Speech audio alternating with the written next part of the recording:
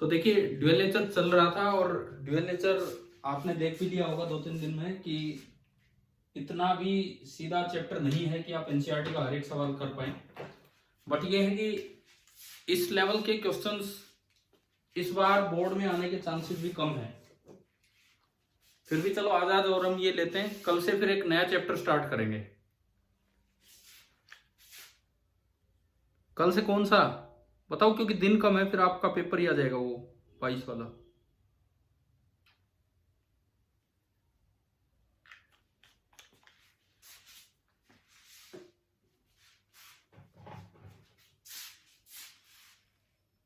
Dual nature में कल हमने क्वेश्चन नंबर 29 डिस्कस किया था, वो 28 पे हम थे, 28 और 30 ये और आप पूछ रहे थे, और एक आज डाउट भी भेजा एक ने। तो करें यही डिस्कस या कुछ और भी पढ़ना है? बताओ क्या करना है, ये काम करना है, कुछ और करना है?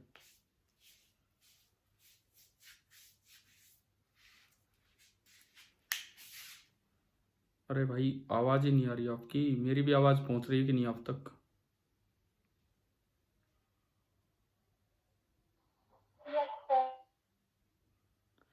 ठीक है, तो चलिए हम शुरुआत करते हैं। कल वो मीटिंग ऑफ हो गई थी तो हम क्वेश्चन नंबर 28 पे थे, तो पहले तो 28वां ही देख लीजिए।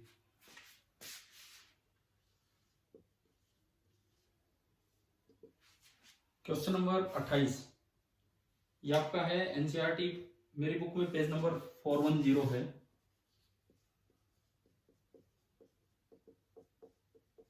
Page number 410।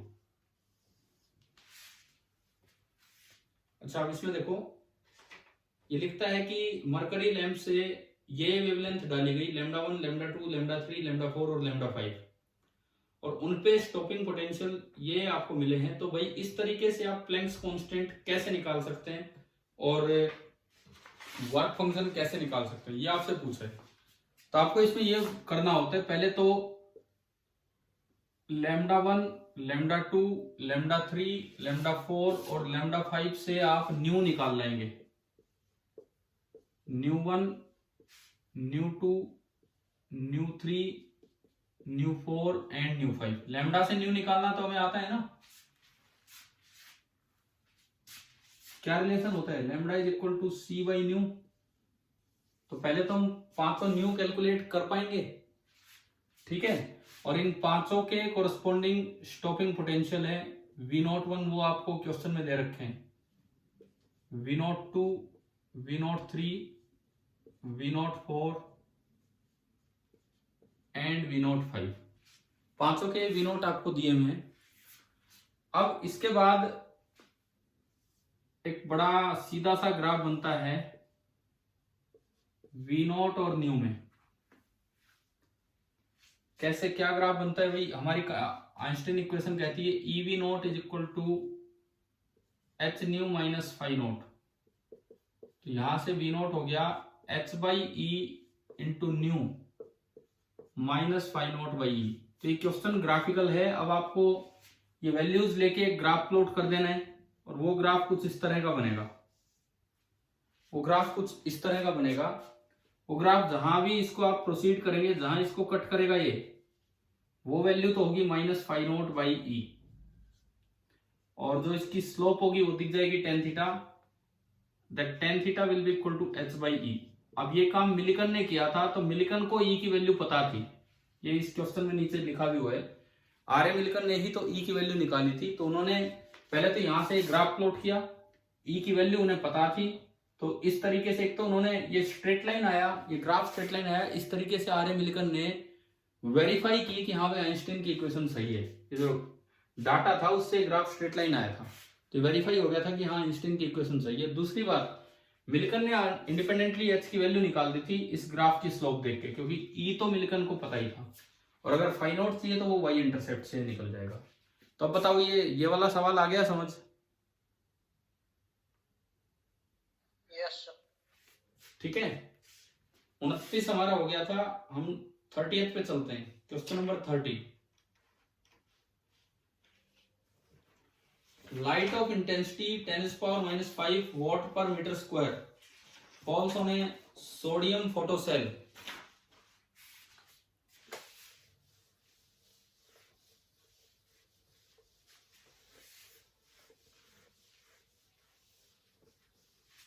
देखो अगर ये चैप्टर के रिमेनिंग क्वेश्चंस आपको थोड़े से अलग लग रहे हो, टफ लग रहे हो, तो आप छोड़ भी सकते हैं, बिकॉज इस चैप्टर में से इतने भी हाई लेवल के सवाल नहीं आते जितने कि यहाँ लास्ट में इन्होंने दिए होंगे, क्योंकि ये मॉडर्न फिजिक्स का एक अच्छा पार्ट दे रखा है एनसीईआरटी में इधर।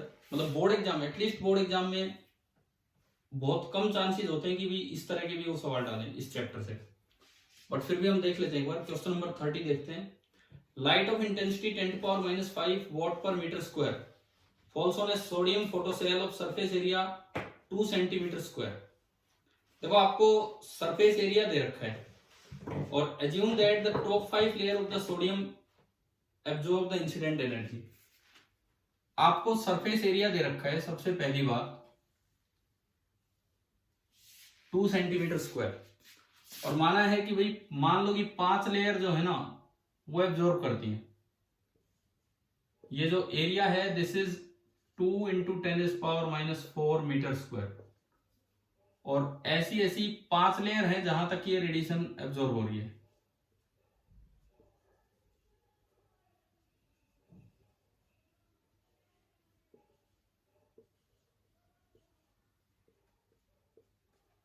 ये इस तरह से 5 लेयर्स तक ये रेडिएशन एब्जॉर्ब हो रही है, और जो लाइट आ रही है उसके बारे में दिया है, इंटेंसिटी दे रखी है 10⁻⁵ वॉट पर मीटर स्क्वायर। जो ये लाइट आई उसकी जो इंटेंसिटी है दैट इज 10⁻⁵ वॉट पर मीटर स्क्वायर। एक तो ये चीज दी गई है। दूसरी बात, हाँ उसकी वेवलेंथ भी दे रखी है इसमें ना। Work function of the metal दिया है 2 इलेक्ट्रॉन वोल्ट। मेटल का जो वर्क फंक्शन है that is around 2 electron volt. एक ये आपको दिया गया है कि फाई नोट है 2 इलेक्ट्रॉन वोल्ट। तो वही पूछा गया है इसमें कि टाइम कितना लगेगा फोटो इलेक्ट्रिक एमिशन होने में। देखो ये जो सवाल है ना, ये इसमें ये भी पूछा है कि आपका इम्प्लीकेशन क्या है, कि इस आंसर से आपको क्या पता लगेगा। तो ये जो टाइम है ये मैनी आवर्स निकल के आएगा। क्या ये भी एक कारण था वेव थ्योरी के फेल होने का? बताओ। Yes sir. क्योंकि हमें पता है कि जो फोटो इलेक्ट्रिक इफेक्ट होता है वो इंस्टेंटेनियस होता है, 10⁻⁹ सेकंड में नहीं लगते, जबकि ये तो बहुत ज्यादा दिखा रहा है। अब ये कैसे होगा वो सुनिए आप। सबसे पहले तो आप ये निकालो कि एक एटम में कितने लेयर होंगे, एक लेयर में कितने एटम होंगे, सॉरी एक लेयर में कितने एटम होंगे। यहाँ ये जो एक लेयर बनेगी इसमें कितने एटम होंगे। तो देखो एक एटम का जो साइज है लगभग एंगस्ट्रॉम में होता है। एक एटम का साइज लगभग एंगस्ट्रॉम में होता है, तो 10⁻⁻10 मीटर। उसका एरिया लगभग r², ये अप्रोक्सीमेटली चलेगा।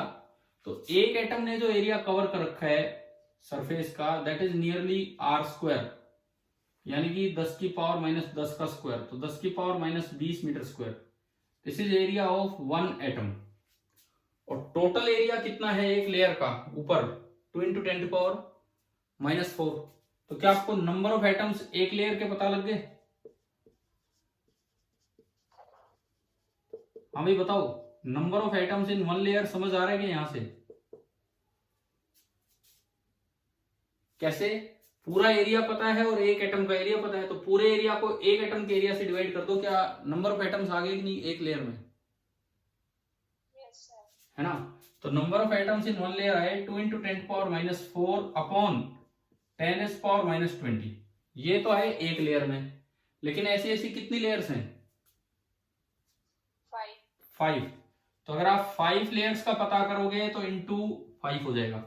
तो जहां तक ये वेव एब्जॉर्ब हुई है, जहां तक वेव बोल रहा हूं मैं, सॉरी, जहां तक ये एनर्जी एब्जॉर्ब हुई है, तो वेव ही वैसे मान के चल रहे हैं हम, तभी ये फेल होगी वहां से। जहां तक ये एनर्जी एब्जॉर्ब हुई है, टोटल नंबर ऑफ एटम्स आ गए मेरे पास कि भाई कितने एटम एब्जॉर्ब करने वाले हैं। ठीक है। अब देखो आपको दिया है इतनी वॉट पावर आ रही है पर मीटर स्क्वायर। तो भाई लाइट तो इतनी एरिया पे पड़ रही है, ऊपर ऊपर वाले एरिया पे, तो ऊपर का एरिया मेरे पास है। तो अगर मैं यहाँ पावर की बात करूं कि एनर्जी रीचिंग पर सेकंड, अगर मैं यहाँ पावर की बात करूं एनर्जी रीचिंग पर सेकंड, तो that will be I × A, इतने वॉट पर metre square into top surface का एरिया। तो अगर मैं इन दोनों को गुणा कर दूं तो क्या पावर आ जाएगी कि नहीं, बताओ। ठीक है। अब मुझे ये पता लग गई पावर का मतलब है एनर्जी रीचिंग पर सेकंड।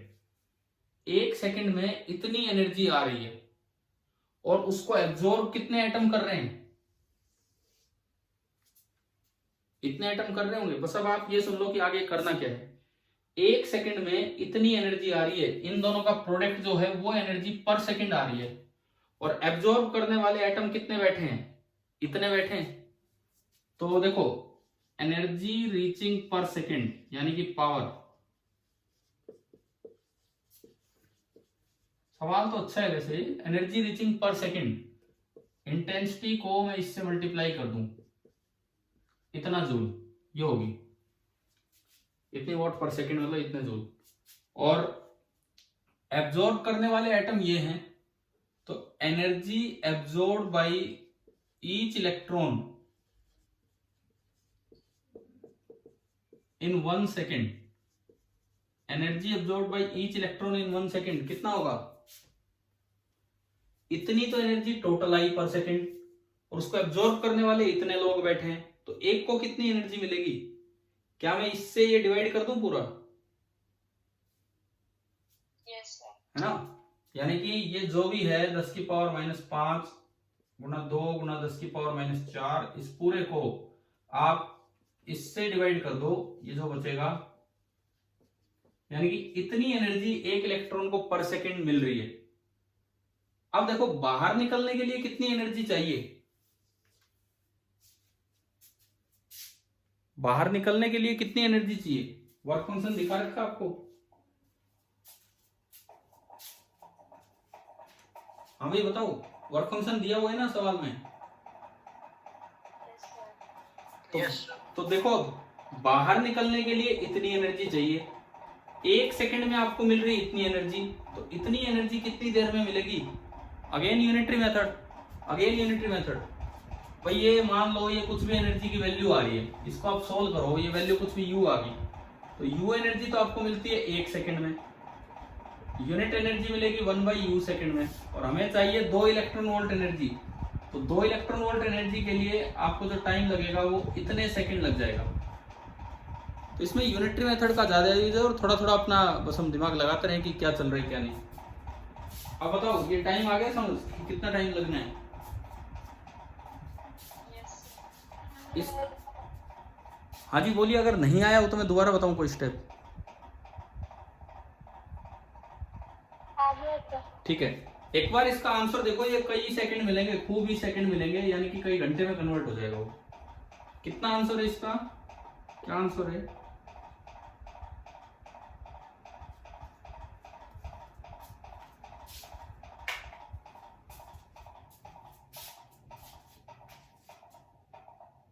अरे बुक में आंसर नहीं दिया क्या, कितने सेकंड क्या कुछ दिया है, क्वेश्चन नंबर 1 × 10⁻⁷ सेकंड। मतलब 10⁻⁷ सेकंड तो बहुत ज्यादा सेकंड हो गए, क्योंकि 3600 सेकंड में आपका 1 आवर हो जाता है। इसका मतलब एक इलेक्ट्रॉन निकलने में कई घंटे लग जाएंगे। तो इस सवाल में जब ये पूछ रखा है what is the implication of your answer, अगर ये बात कहीं पूछ ली जाए तो इसका क्या क्या मतलब है, इससे ये पता लगा था कि वेव थ्योरी से फोटो इलेक्ट्रिक इफेक्ट एक्सप्लेन नहीं हुआ। इस आंसर से भी अंदाजा हो रहा है। अभी बताओ क्या ये समझ आ गया क्या। ठीक है, फिर एक और क्वेश्चन आपके ग्रुप पे शेयर किया था, किसने भेजा था, रितु ने, रेनू ने, किसने भेजा था। Yes sir. यस सर नहीं नाम बोलो, इसमें मेरे में फोटो नहीं आ रही किसी की भी। रेनू ने भेजा था। ठीक है ठीक है ठीक है। वो जो क्वेश्चन है वो लगभग इससे मिलता जुलता है। एक बार ये बताओ, ये एक अच्छा सवाल था, क्या ये समझ आया क्या, केवल यूनिटरी मेथड से होता रहा है, इस तरह का काम चल रहा है इसमें। ठीक है, वो सवाल भी कुछ इसी तरह का था, लेकिन उसमें एक एक्स्ट्रा चीज यूज हो रही है, प्रोबेबिलिटी। उसमें एक एक्स्ट्रा वर्ड यूज हुआ है, प्रोबेबिलिटी। मुझे बार बार फैन चलाना पड़ता है बिकॉज ये फोन ओवरहीट हो जाता है और ये पंखा आवाज करता है, फिर कई चीजें। देखिए प्रोबेबिलिटी, इलेक्ट्रॉन के निकलने की प्रोबेबिलिटी कितनी होगी, ये कैसे क्या अंदाजा लगेगा, इस सवाल में हम सीखते हैं। सबसे पहली बात,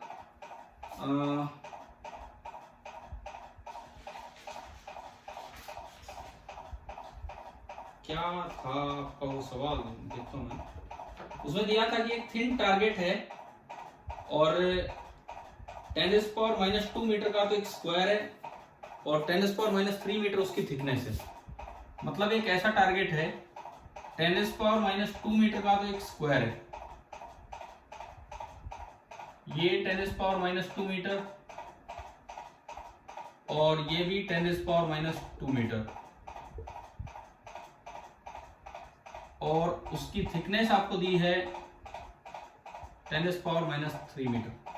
ऐसा ही दे रखा हमें एक टारगेट, इस तरह का कोई टारगेट है।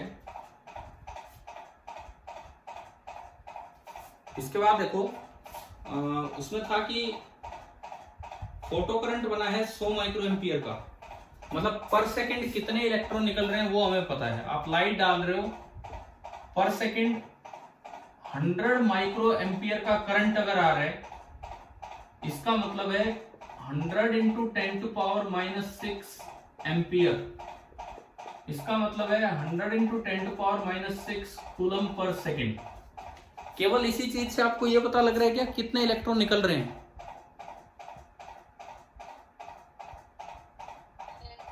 कैसे भाई, इतने कूलम चार्ज पर सेकंड आ रहा है, तो आप क्वांटाइजेशन का यूज कीजिए, Q is equal to NE, तो N is equal to Q/E, यानी कि N आपका आएगा 100 इंटू 10⁻⁻6 अपॉन 1.6 इंटू 10⁻⁻19, कि इतने इलेक्ट्रॉन्स पर सेकंड एमिट हो रहे हैं यहां से।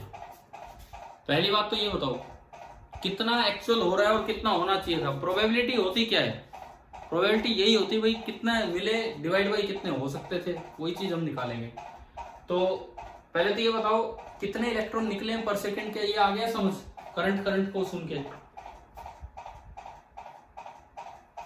हाँ भाई ठीक है। आगे देखो, जो लाइट डाली गई है उसकी इंटेंसिटी है 100 वॉट पर मीटर स्क्वायर और लैम्बडा है 660 नैनोमीटर। तो लाइट की इंटेंसिटी है 100 वॉट पर मीटर स्क्वायर। तो क्या पिछली बार की तरह ही मैं एरिया से मल्टीप्लाई करके पावर ला सकता हूं, ऊपर के एरिया से मल्टीप्लाई करके। ऊपर का एरिया कितना है, 10⁻⁻4 मीटर स्क्वायर हो गया एरिया, ठीक है। आप इंटेंसिटी का इससे प्रोडक्ट करोगे तो पावर आ जाएगी, और पावर होती है एनर्जी पर सेकेंड, पावर होती है टोटल एनर्जी फॉलिंग पर सेकेंड। साथ ही साथ आपको क्वेश्चन में लैम्डा भी दिया है, तो एक फोटोन की एनर्जी कितनी होगी, एक फोटोन की एनर्जी hc बाई लैम्डा। बताओ समझ आ रहा है ना ये चीजें। और देखिए हमें टोटल एनर्जी पर सेकंड कितनी आ रही है वो पता लग गई। टोटल एनर्जी पर सेकंड आ रही है इनका प्रोडक्ट, इनका प्रोडक्ट मतलब 10⁻⁻2 जूल पर सेकंड आ रही है। तो कितने फोटोन्स आ रहे हैं, क्या इसका आइडिया लग गया कि नहीं भाई। एक पैकेट की एनर्जी तो इतनी है और टोटल एनर्जी इतनी आ रही है एक सेकंड में, तो एक सेकंड में नंबर ऑफ फोटोन्स कितने आए, एक सेकंड में नंबर ऑफ फोटोन्स कितने आए, जो भी टोटल एनर्जी है उसको आप एक की एनर्जी से डिवाइड कर दो, क्या आ गया आपके पास नंबर ऑफ फोटोन्स। देखो मैं आपको दो चीजें सिखा चुका हूं। करंट, इसने करंट बताया तो उससे हमने निकाल लिया कि कितने इलेक्ट्रॉन्स पर सेकंड एमिट हो रहे हैं। इसने इंटेंसिटी दी और एक फोटोन की एनर्जी के लायक भी अरेंजमेंट दे दिया, उससे हमने पता लगा लिया कितने फोटोन्स पर सेकंड इंसिडेंट हो रहे हैं। क्या दो चीजें तैयार हैं आपके पास, ठीक है। नंबर ऑफ फोटोन्स आ गए, नंबर ऑफ इलेक्ट्रॉन्स कितने निकले वो आ गए। अब ये देखना है कि कितने इलेक्ट्रॉन्स थे, कितने इलेक्ट्रॉन्स थे। तो पहले आप सोडियम एटम निकालो कितने थे। क्या अभी थोड़ी देर पहले हमने एटम निकाले थे ना, नंबर ऑफ एटम्स कितने हैं। हाँ भाई बताओ, नंबर ऑफ एटम्स हमने निकाले थे कितने हैं कितने नहीं।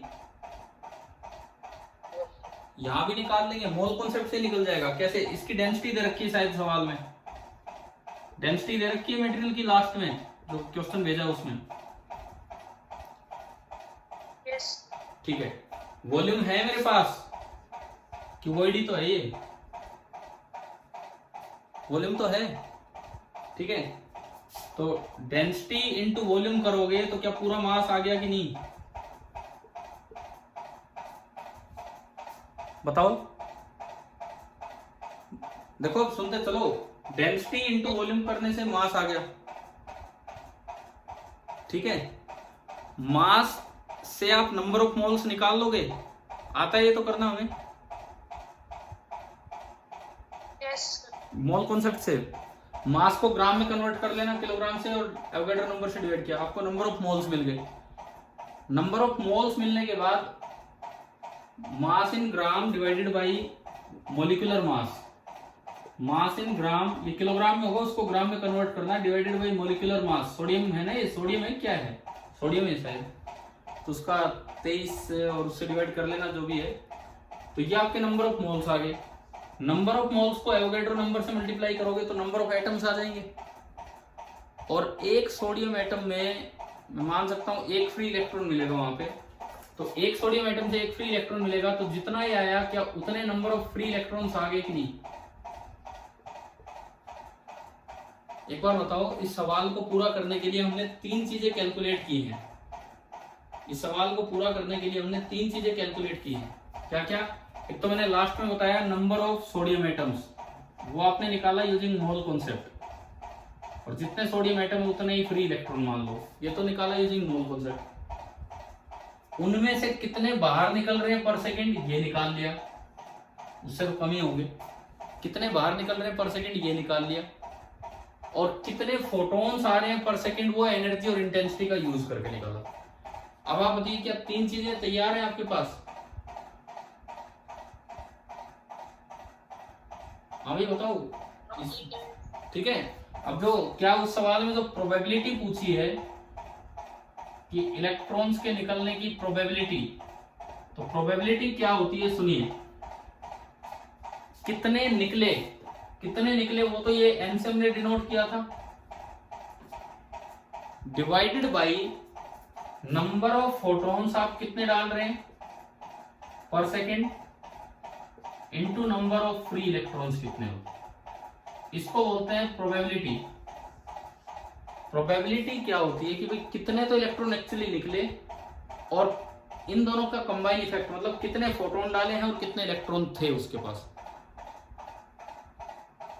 क्या समझ आ गया है क्या?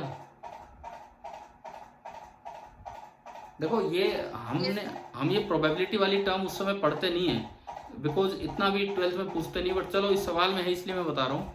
अगर probability of photo electric emission पूछी जाए तो कितने एग्जैक्टली निकले हैं डिवाइडेड बाई कितने फोटॉन्स डाले और कितने फ्री इलेक्ट्रॉन्स थे, ये है। तो 3 स्टेप का ये क्वेश्चन है। पहले स्टेप में n निकाला, दूसरे में नंबर ऑफ फोटॉन्स निकाले और तीसरे में नंबर ऑफ फ्री इलेक्ट्रॉन्स, और लास्ट में निकाल दी प्रोबेबिलिटी। बताओ ये समझ आया कि नहीं आया?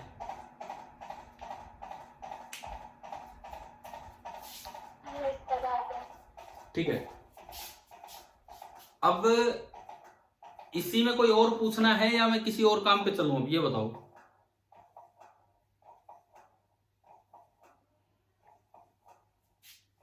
अगर आपका कोई और डाउट है तो आप पूछ सकते हैं, बाकी हम ये आज का दिन इसमें लगा रहे हैं, फिर हम आगे कुछ और ही पढ़ेंगे। अब क्या आपने किए हैं क्या अटेम्प्ट? क्या क्या क्या? टेलीस्कोप वाला करवाते ना, कंपाउंड माइक्रोस्कोप और टेलीस्कोप। अच्छा, आवाज ना बड़े ही मतलब, रे ऑप्टिक्स में टेलीस्कोप और कंपाउंड माइक्रोस्कोप। ठीक है, आप लोग ये पढ़ना चाह रहे हैं रे ऑप्टिक्स में जो इंस्ट्रूमेंट वाला पार्ट है, इंस्ट्रूमेंट वाला पार्ट, टेलीस्कोप माइक्रोस्कोप, वो वाला पार्ट आप पढ़ना चाहते हैं? यस ठीक है, ठीक है, ठीक है। तो चलो अभी कर लेते हैं स्टार्ट, कुछ समय बचा है ना, अभी पूरा थोड़ी हुआ होगा। कितनी देर बची अभी? 26 मिनट होते। हाँ, तो कोई नहीं, अभी तो है टाइम, आधा टाइम बचा हुआ है।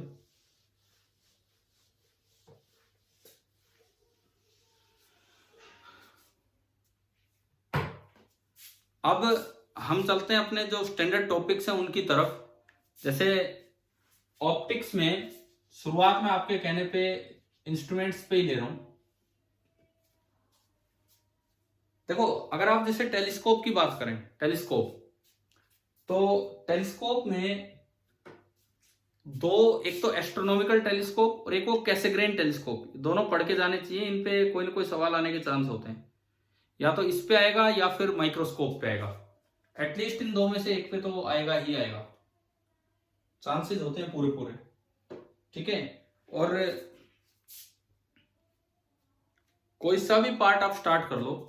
चलो मैं 5-5 मिनट दोनों को देता हूं, जैसे भी हो पाएगा। अभी या नहीं भी हो पाएगा, एक कर लेते हैं। मान लो मैं टेलीस्कोप की बात करूं, माइक्रोस्कोप आसान है वैसे, टेलीस्कोप से भी छोटा सा है माइक्रोस्कोप, पर चलो फिर भी हम टेलीस्कोप से शुरुआत करते हैं। मैं एस्ट्रोनॉमिकल टेलीस्कोप की बात करता हूं। टेलीस्कोप में पहली चीज कंस्ट्रक्शन वाइज आपको पता होना चाहिए कि जो बाहर की तरफ लेंस होता है वो बड़ा होता है, और जो आपकी आंख की तरफ होता है वो छोटा होता है, और काफी डिफरेंस होता है इनकी फोकल लेंथ और साइज में। ये बाहर वाले लेंस को हम क्या बोलते हैं, बताओ? अरे नाम तो बताओ। बाहर वाले लेंस को क्या बोलते हैं? ऑब्जेक्टिव। और अंदर वाले लेंस को? आईपीस। आईपीस। अब टेलीस्कोप में एक चीज है कि आप ऑब्जेक्ट को मूव नहीं करा सकते। जहां ऑब्जेक्ट है वहां है। जैसे आप मून को देख रहे हैं, तो मून खुद ही इन्फिनिटी पे है आपसे बहुत बहुत दूर। मून मान लो r डिस्टेंस दूर है अर्थ से। r is the radius of lunar orbit. Earth पे ये टेलीस्कोप है, ये मून है, तो ये r बहुत ज्यादा है। r is very very very much greater than the focal length of objective and eyepiece. इनसे जो r है वो बहुत बहुत ज्यादा है। तो एक चीज तो श्योर है कि जो पहली इमेज बनेगी वो कहां बनेगी? ऑब्जेक्टिव के फोकस पे। एक चीज तो श्योर है कि जो पहली इमेज बनेगी वो ऑब्जेक्टिव के फोकस पे बनेगी, यहां कहीं। तो उसका तरीका ये होता है कि आप यहां से एक रे लीजिए, इसके टॉप से ऑप्टिकल सेंटर पे डालिए और ये सीधी जाने दीजिए। ऑप्टिकल सेंटर पे डालिए और ये सीधी जाने दीजिए। ये कहीं भी जहां भी मिलेगी वहीं मून की एक इमेज बनेगी, वहीं पे मून की एक इमेज बनेगी। अब अगर आप एक दूसरी रे भी लेते हैं तो ये इतनी दूर से आ रही है कि यहां आते आते पैरेलल हो जाएंगी, और इसको इस तरह से बेंड करवा ले जाओ कि ये वहां जाके मिल जाए। बताओ, पहले बात तो ये बताओ, क्या पहला डायग्राम आया समझ? हम फर्स्ट इमेज तक बात क्लियर है क्या? मून की एक ऐसी उल्टी इमेज बनेगी, ये एम डैश यहां हो जाएगा और एन डैश यहां हो जाएगा। बताइए ये बात समझ आई कि नहीं?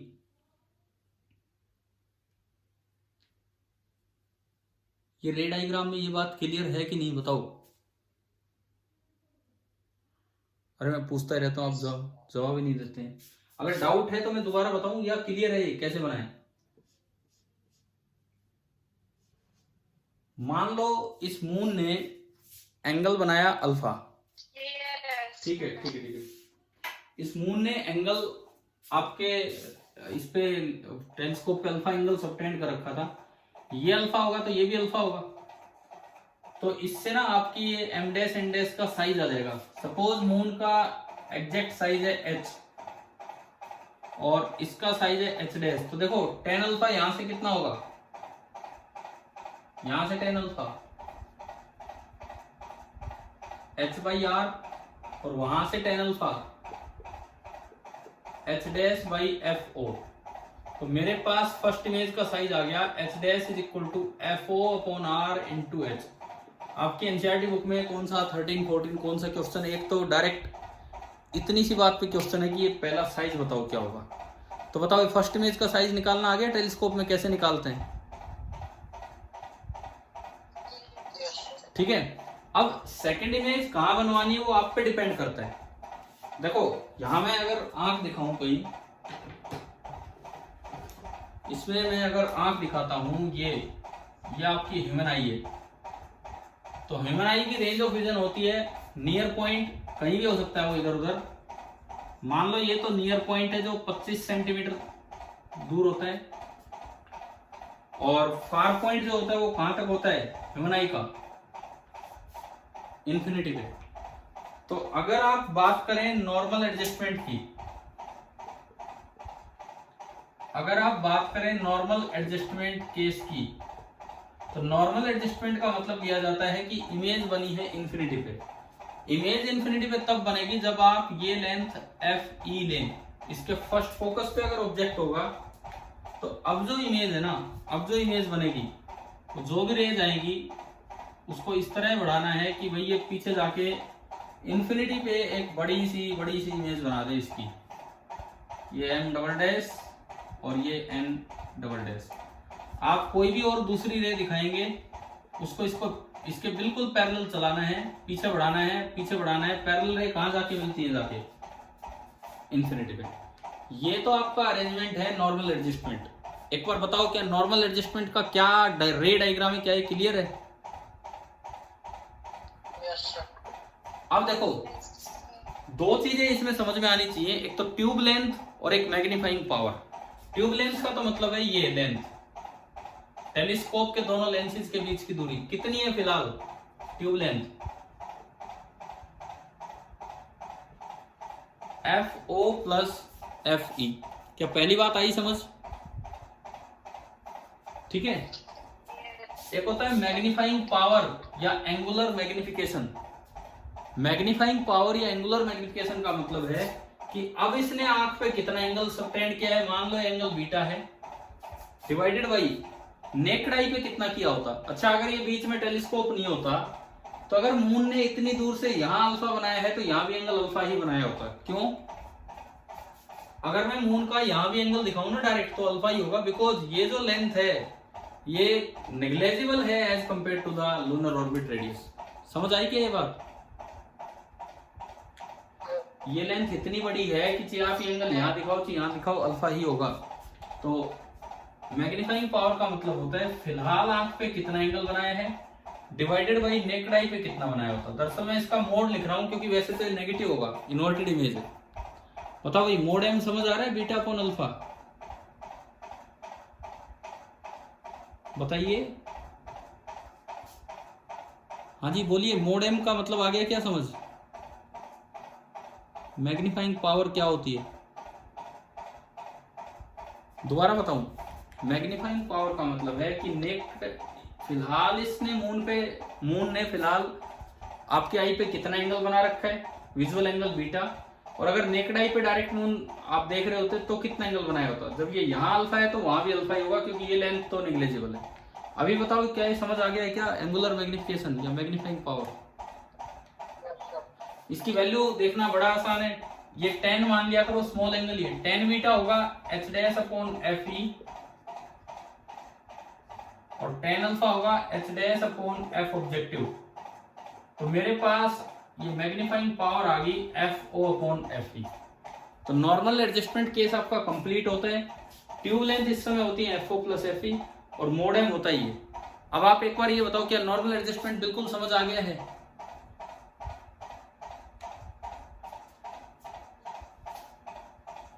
हाँ भाई बोलो, नॉर्मल एडजस्टमेंट क्लियर है? Yes, sir. ठीक है। और दूसरा जो हम केस देखा करते हैं वो होता है मैक्सिमम मैग्निफिकेशन वाला केस। मैक्सिमम मैग्निफिकेशन वाले केस में जो इमेज है वो यहां ना बन के यहां बनानी है, डी पे नियर पॉइंट पे। ये इमेज यहां बनानी है यहां। अब देखो मैं इसका रे डायग्राम बनाता हूं कुछ चेंज करके। ये मैंने हटाया, अब मुझे इमेज यहां बनवानी है। तो आप क्या करेंगे, यहां से जो दो रे लेके जा रहे हैं, सुनिए किस तरह लेनी है। एक तो ये दूरी कुछ कम कर देनी है, ये एफ ई नहीं, ये दूरी आप याद रखिए, ये लेते हैं D into F E upon D plus F E. क्या याद आ रही है कि ये डिस्टेंस ऐसा कुछ पढ़ा था हमने कभी? हाँ भाई ये याद है ये डिस्टेंस। अगर आपको डी पे इमेज बनवानी हो तो ये डिस्टेंस इतनी लेनी होती है, ये लेंस फॉर्मूला से आ जाती है। तो अब आप क्या करेंगे, एक रे डालेंगे, इसको पीछे बढ़ाएंगे और ये यहाँ मिलनी चाहिए। दूसरी रे इस तरह से फैलाएं आगे कि अगर इसको भी मैं पीछे बढ़ाऊं तो ये यही मिले। ये दूसरा रे डायग्राम है। और इस वक्त बीटा थोड़ा पहले से ज्यादा हो जाता है, ट्यूब लेंथ भी चेंज होगी, F O plus F E नहीं बल्कि वो कितनी हो जाती है, D F E upon D plus F E. और बीटा अपॉन अल्फा में भी जब बीटा लिखोगे तो H dash upon F E नहीं, एफ ई की जगह हो जाता है D F E upon D plus F E. F O ऊपर गया और नीचे हो जाता है डी इंटू एफ ई और ऊपर चला जाता है डी प्लस एफ ई। इसको जब सोल्व करते हैं तो ये बचता है F O upon F E into 1 plus D upon F E. ये आपके सीधे सीधे फॉर्मूले हैं मैग्नीफाइंग पावर के। अब बस इसमें एक बात ये बचती है कि ये लेंथ कहां से आई, ये वैल्यू कहां से आई, ये वैल्यू कहां से आई। तो ये देखने के लिए ना केवल एक ही काम है, केवल एक ही काम है कि भाई इसके लिए आप लेंथ फॉर्मूला लगाओ। इसके लिए यू निकाल लो, यू निकाल लो इसके लिए। एफ इसके लिए है एफ ई और वी इमेज डी डिस्टेंस पीछे बननी है तो वी माइनस डी। इन चीजों से अगर आप लेंथ फॉर्मूला लगाएंगे तो अपने आप यू निकल के आएगा minus of D F E upon D plus F E. Minus का मतलब कि इतना पहले रख दो। क्या ये समझ आया क्या कैसे आना है ये? तो यार टेलीस्कोप तो इतना ही है और इससे ज्यादा कुछ है ही नहीं। अगर आप सिंपल एस्ट्रोनॉमिकल टेलीस्कोप की बात करें तो एस्ट्रोनॉमिकल टेलीस्कोप तो इतना सा ही है।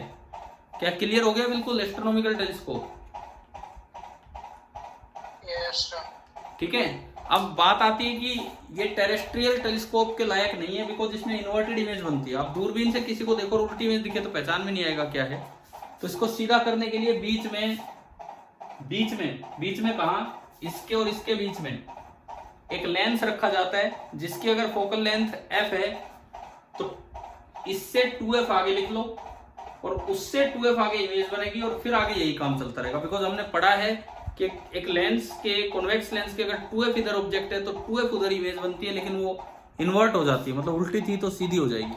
तो अगर आपको टेरेस्ट्रियल टेलीस्कोप बनाना है तो जैसे पिछले केस में नॉर्मल एडजस्टमेंट में ट्यूब लेंथ थी FO प्लस FE, उसकी जगह बीच में 4F और ऐड हो जाएगा, उसकी जगह बीच में 4F और ऐड हो जाएगा। इस बार ट्यूब लेंथ ये है, साथ में एक ऐड हो जाएगा 4F और मैग्नीफाइंग पावर का फॉर्मूला सेम रहेंगे। पिछली बार वो मोड लगाना पड़ा था क्योंकि वो नेगेटिव पावर थी, इस बार मोड ना लगाएं क्योंकि वो पॉजिटिव पावर रहेगी क्योंकि ऊपर सीधी इमेज बनेगी। तो ये बताओ एस्ट्रोनॉमिकल टेलीस्कोप आ गया है समझ और टेरेस्ट्रियल भी। हाँ भाई टेरेस्ट्रियल वाली बात आई क्या समझ, क्या बताया मैंने? अगर नहीं आया तो आप पूछो ना अभी टेरेस्ट्रियल टेलीस्कोप वाला पॉइंट। क्या सभी को क्लियर है ये पॉइंट? ठीक है। अब इसमें एक स्पेशल आता है कैसेग्रेन टेलीस्कोप। अभी तो ये मीटिंग ऑलमोस्ट पूरी होने वाली है। कितना टाइम बचा है देख के बताना। खत्म ही होगी मीटिंग। चलिए ठीक है, हम कल कंटिन्यू करते हैं अपने रे ऑप्टिक्स के इंस्ट्रूमेंट वाले पार्ट। Thank you.